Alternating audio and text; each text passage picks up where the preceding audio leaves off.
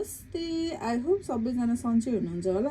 आज चाहिँ मलाई यो सिरा वाक्सको एकदमै होनेस्ट रिभ्यू दिन मन लाग्यो।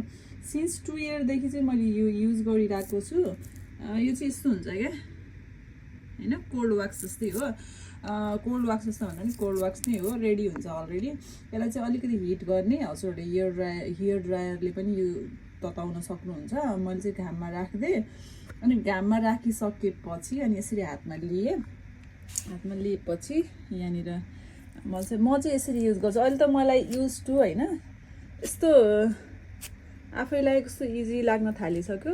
फर्स्टमा चाहिँ तपाईँहरूको हातमा अलिकति फोका आएको जस्तो होइन, हेर्नु फोका यहाँनिर देखाउँछ, यहाँनिर चाहिँ अलिकति धेरै छ हेयरहरू।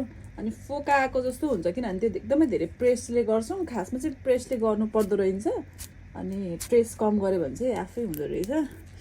अनि मलाई चाहिँ यस्तो इजी भएको छ यो किनेर लिएर आएकोदेखि। मैले टिकटकमा देखेँ थिएँ यो फर्स्टमा मैले ल्याउनुभन्दा अगाडि, अनि त्यसपछि मैले काठमाडौँमा होम डेलिभरी गर्न लगाएर यहाँसम्म लिएर आएको। म आउँदाखेरि चाहिँ 2 डिब्बा लिएर आएको थिएँ।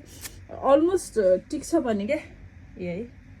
अनि हल्का रेडी रातो हुन्छ, तर हजुरहरूले यो युज गरिसकेपछि मस्तले क्रिमहरू लगाइदिनु भयो भने एकछिनमै हराउँछ। अझै मलाई त्यो अहिले क्यामेराले गर्दा मिलेन कि यस्तो मजाले जान्छ क्या। अनि सजिलो पनि, पार्लर जाने झन्झट पनि भएन, पार्लर नजिक पनि छैन, पैसाको पनि सेभ हुन्छ। त्यति धेरै एक्सपेन्सिभ पनि छैन। आई थिङ्क 15 कि 1600 समथिङ हाले हो। मैले झन्डै 1 वर्ष भइसक्यो लिएर आएको, चलिरहेछ। कस्तो लाग्यो हजुरहरूलाई? राम्रो छ है। तर मलाई चाहिँ अब पर्सनल्ली चाहिँ एकदमै मन पर्यो। हजुरहरूलाई कस्तो लाग्छ? यस्तो मजाले आउँछ कि रियरहरू चाहिँ यसमा। Thank you.